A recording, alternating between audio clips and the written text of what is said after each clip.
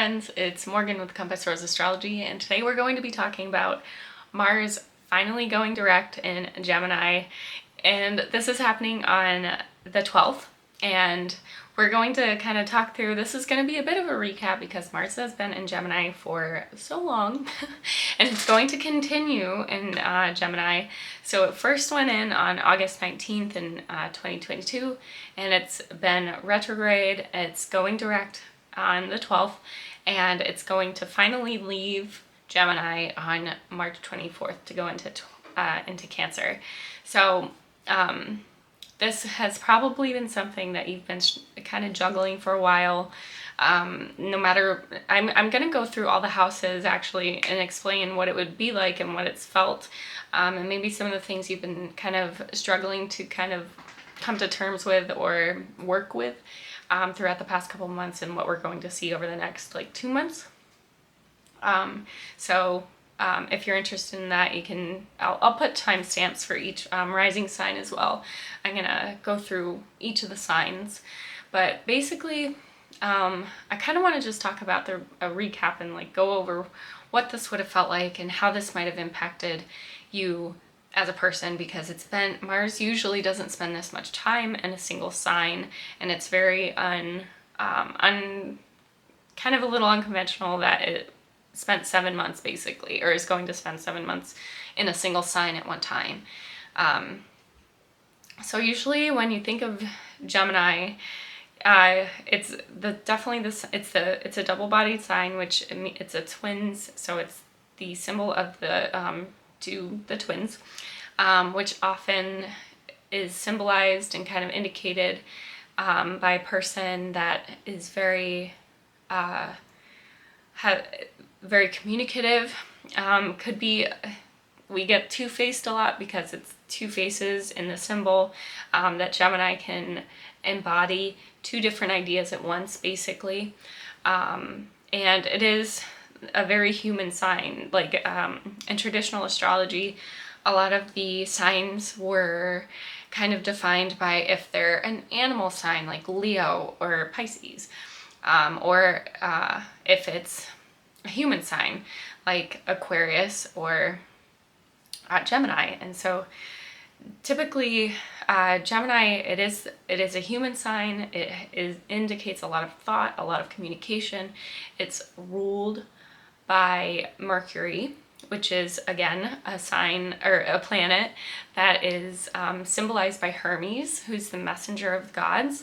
So Gemini is just all about communication. It's all about thought and idea and tearing things down and trying to understand things, but also very much on a kind of a surface level.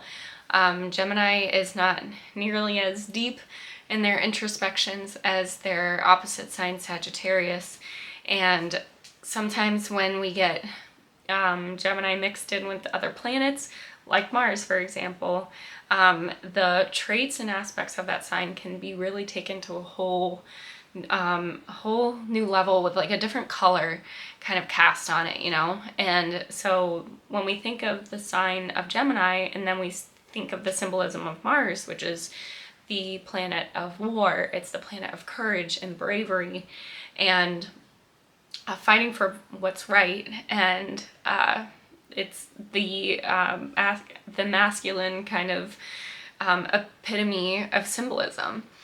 So when we pair those two components together, the sign of Gemini and the planet Mars, we get these themes of, for example, what I think of when I put these two together is juggling everything. That's very much a Gemini thing to do anyway, but Mars really puts it into overdrive. It really forces you to kind of multitask, burn the candle at both ends. It's a very kind of harsh kind of aspect and feeling to be dealing with this. So depending on where it falls in your chart, it could lead to complete burnout. That's another big keyword that I have. Another is rethinking respect. And rethinking is very Gemini, you know, going over everything in your mind. And Mars is all about respect. It's about leadership. It's about standing up for what you think is right. And putting these two together really kind of indicates taking another perspective to analyze what you think is respectful, whether that's how you feel, how you present yourself, if it's very respectful, or if you are thinking that maybe people don't kind of respect you on a certain level, or maybe it's how you feel towards other people in your life, because Gemini is also a very relational kind of a sign, and it looks to the other a lot. And another theme that I thought of with these two kind of merging together for so long is over talking and overstepping your bounds out of what is right. And so it's really kind of like putting yourself out there because you think it's the right thing to do, and you might really be stepping on people's toes in the process. So that's definitely some things to think about.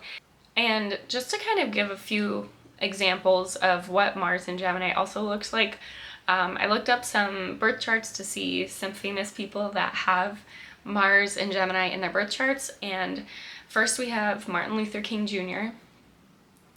He had Mars and Gemini in the second house. We also have Uma Thurman. She has Mars in her 10th house in Gemini. And two people with Mars and Gemini in the 12th house, we have Victoria Beckham and Marion Cotillard.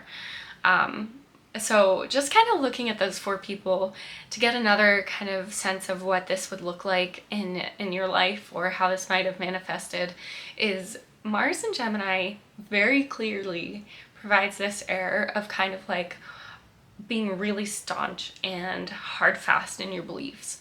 It also indicates of being very like strong in your personality and your abilities.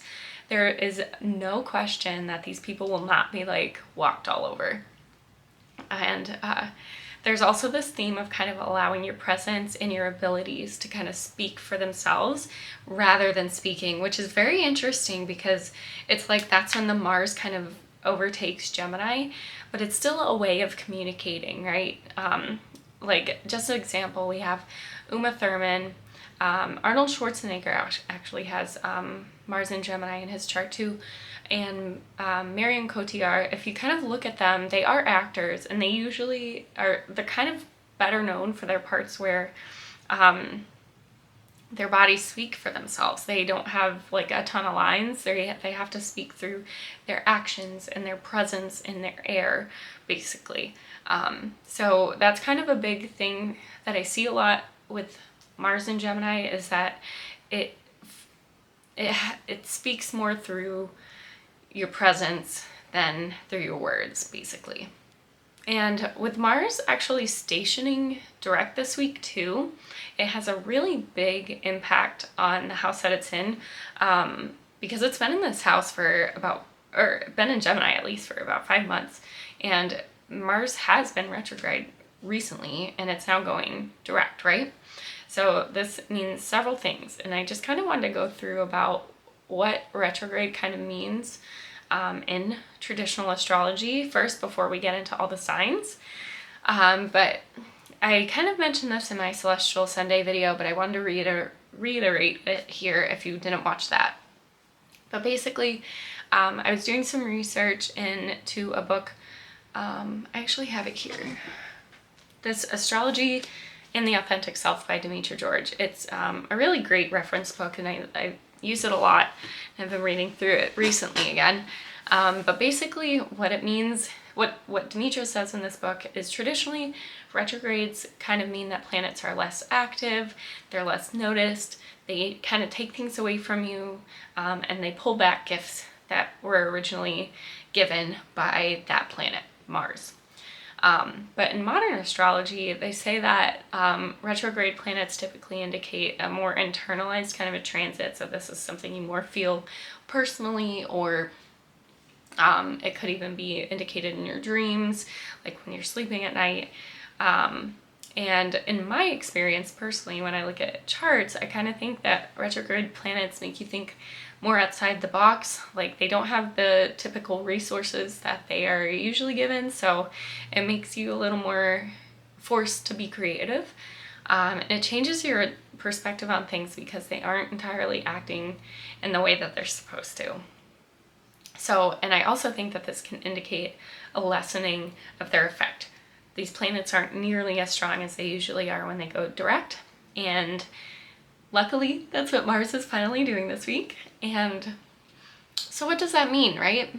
How do we put this into perspective? How do we apply this to our everyday lives? And now let's go through each of the houses of Mars in Gemini. So if you're a Gemini rising and you have Mars in the first house right now, this typically means that it's related to anything very personal. It's anything kind of related to how you present yourself. It could be the way you want people to see you. And honestly, this could have taken a back seat during the retrograde.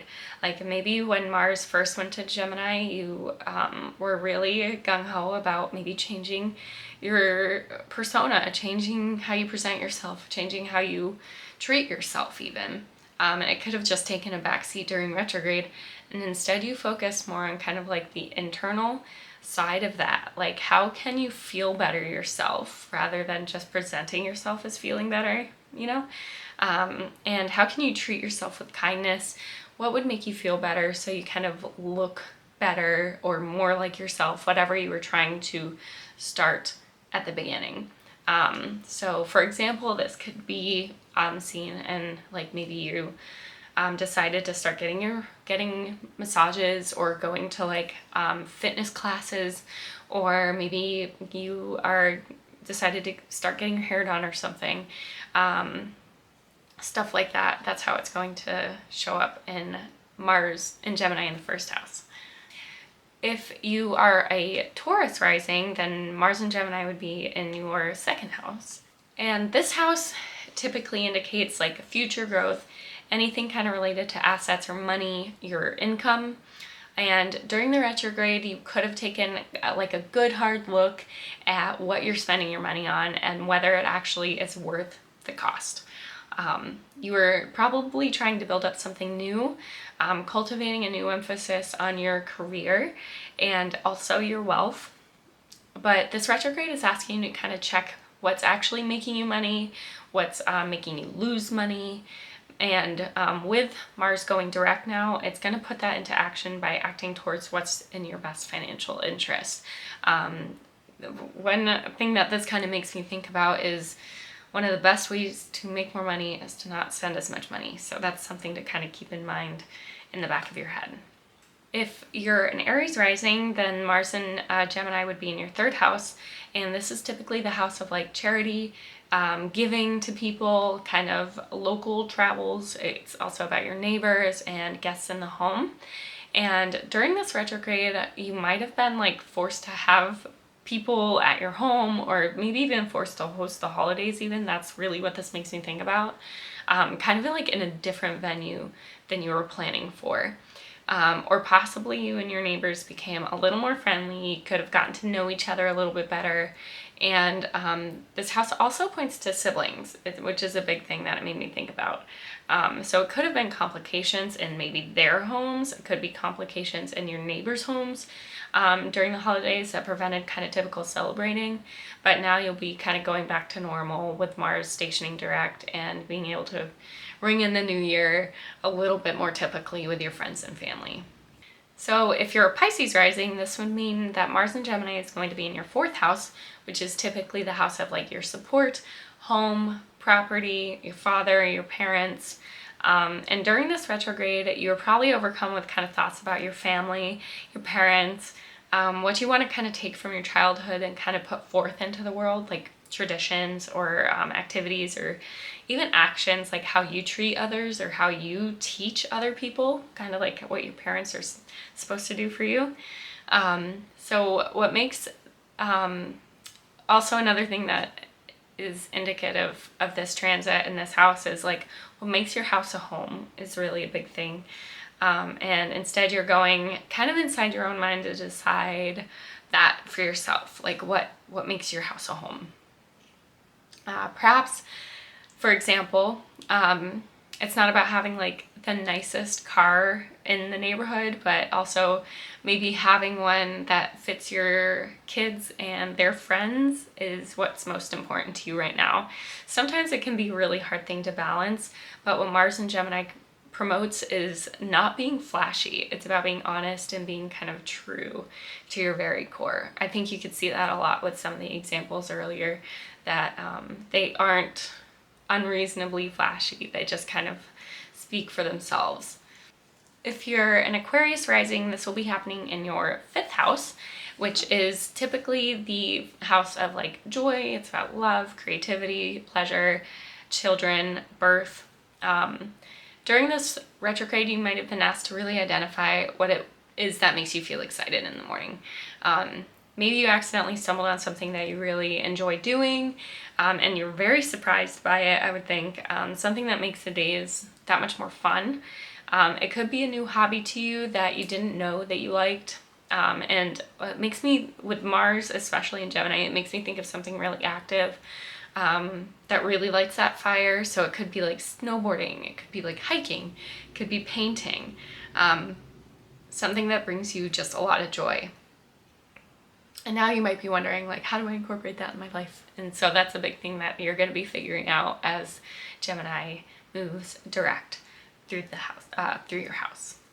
If you're a Capricorn Rising, this is going to be happening in your 6th house, which is typically the house of kind of like conflict. It's the house of kind of physical sickness, kind of your health, your physical abilities. It's also the house of co-workers, people that work underneath you, in the house of pets. So with a retrograde like this, it may kind of lead to a feeling of being a bit worse physically about things. Maybe you're being stretched way too thin. This is definitely where Mars and Gemini burning the candle at both ends. I think this is where that would indicate like being, this is where it would be shown. So with Mars going direct in this house, you maybe feel a little more pep in your step to keep you going, but be careful that it doesn't lead to anything that will cause even more exhaustion and burnout, because Mars really loves activity. It wants you to keep going, and sometimes, especially when it was retrograde, it can lose the ability to find that fine line between kind of self-preservation and passion. So when it's going direct, make sure you don't just keep going at that crazy rate that might lead you to extreme exhaustion. So have a little bit of care for yourself, because that can definitely happen in this house. If you're a Sagittarius rising, this would be happening in your 7th house, which is the house of like partnership. It's the other.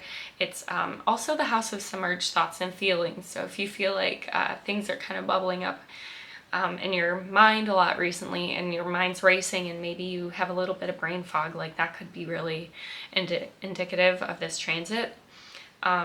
With this retrograde, you're also taking kind of a deeper look at the things that you can and can't take in a relationship.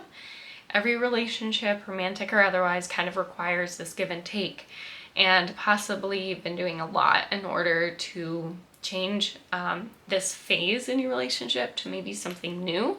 Like maybe you want to move on to a new kind of a higher level of commitment, something maybe even not a higher level, maybe a different direction even.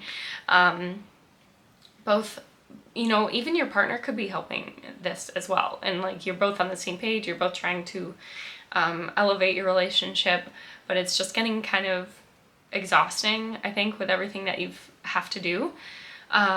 It's not necessarily a bad way, it's just that like with Mars makes things like super active. It just makes it super active, and so it could just be a sense of exhaustion between you and your partner, or maybe just you. Perhaps you're both trying to find like new places to have like date nights or something, trying to spice things up, but Mars going direct, or Mars in retrograde, maybe like figured out that maybe, routine's not such a bad thing. Finding the right way to add kind of excitement and a new level of a relationship and commitment is, that's the one way to be focusing on it, like finding something that works for both of you. Mars stationing direct will help you find that new kind of approach and adds a little bit of spice and kind of fire to your love life, which is good. If you're a Scorpio rising, then this will be happening in your 8th house, which is typically the house of taxes and loans. It's also about issues of mortality. Not to say something, everyone always thinks like the mortality of the 8th house is like death, but it's just about thoughts of, things end in order for things to begin. It doesn't necessarily have to be that you're going through a loss. But basically with this retrograde and direct sequence, how this will affect your life is this will definitely affect your personal investments. So it's what you feel like you give and what you feel like you take. Maybe you've had to take in order to kind of survive recently. That's been it's a big thing, whether that's in the terms of loans, it could even be emotional support, stuff like that. Mars ensures your survival, so it's not a bad thing to have to have support from elsewhere. We can't do this all by ourselves, right? So it's likely that you're looking kind of at recent endings recently and kind of contemplating them and wondering how you can make your next moves even better. For example, maybe you paid off a loan and now you're kind of like looking if taking out a new loan is something that will have the return that you need. So like you took out a loan to help you survive for maybe your business or help your business get to a next level. And now that you paid it off, you're wondering, do I need to take out another loan for this business? Or maybe that won't be having the exact return that I am hoping. Could be something that you're just thinking about like that. If you're a Libra rising, this would be happening in your 9th house, which is typically the house of mysticism. It's about dreams. It's about kind of astrology. It's about teaching, publishing. So if you found yourself more interested in astrology recently, it could be because of this transit, which is very interesting. And this retrograde is also forcing you to kind of rethink your dreams and your goals. What do you stand for? Maybe before you were standing up for something that, like perhaps thinking that your job or career path was actually serving you, and maybe it like made you feel fulfilled, but maybe it made you feel like you were like actually setting your mark on the world. But maybe you're reconsidering this with this retrograde. Maybe management, something within your job, showed that they would, unfortunately take advantage of some of your skill sets without maybe repaying that advantage that they're taking from you, basically.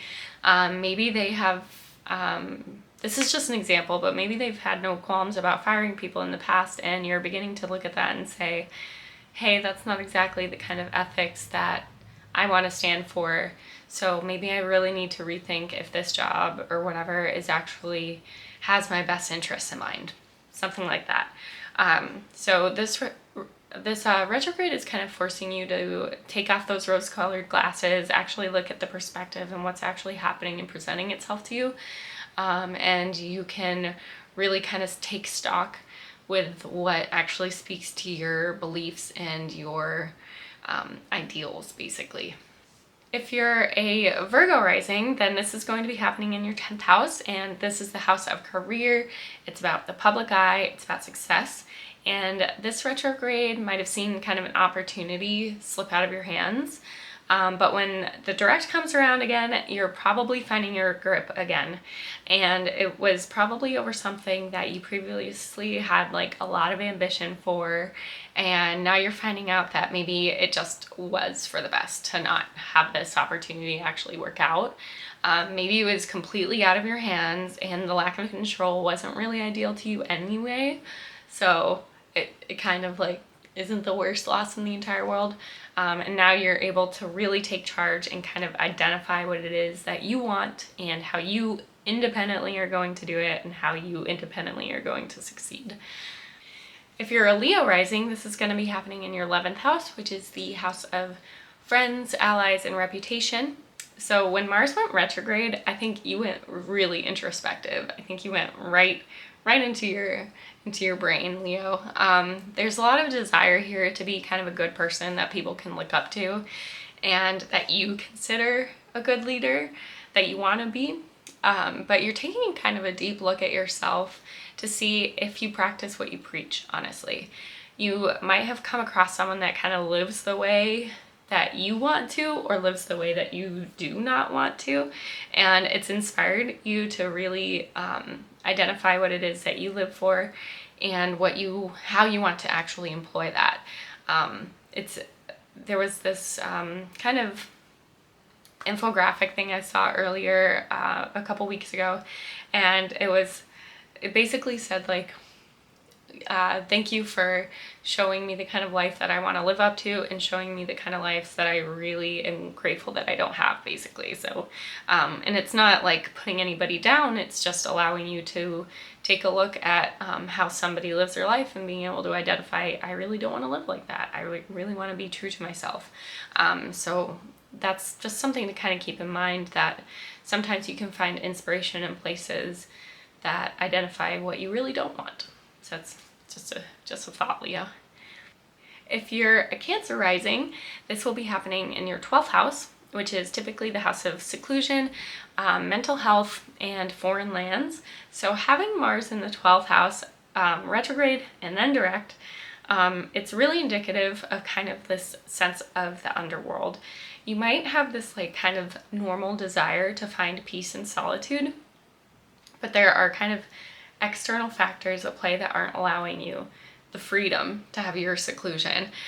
For example, this could be in the holidays. People could be forcing you to be kind of like with family. Maybe someone won't let you be by yourself, or let you kind of take that time to recharge without taking it personally.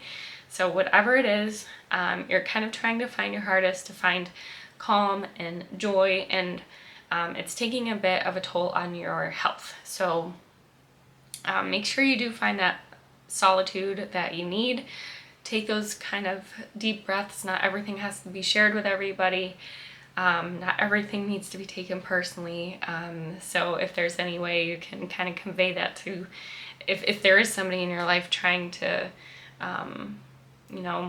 that like loves to spend time with you, basically. Like it could have been just family during the holidays, basically just trying to make sure you stuck around a little bit longer, but you need to recharge a bit after a big family dinner, basically. It's just important to set those boundaries, make sure you take the time that you need, and take care of yourself sometimes before you take care of others. It's a really big thing that you need to be thinking about this month, especially until Mars finally gets out of the 12th house and heads right into your first house. So that's going to be really fun. I think that'll be a really fun kind of like fire under your seat, Cancer. It'll be a fun transit. Thanks everybody so much for watching. I hope that this kind of hit the nail on the head for you, and some of these transits might kind of resonate with you a little bit. And I'd love to hear if you have any fun stories from Mars in retrograde, like how has this been affecting you? I'd love to hear how this has been showing up in your lives. And thank you so much for watching. I will talk to you guys in the next video. Bye.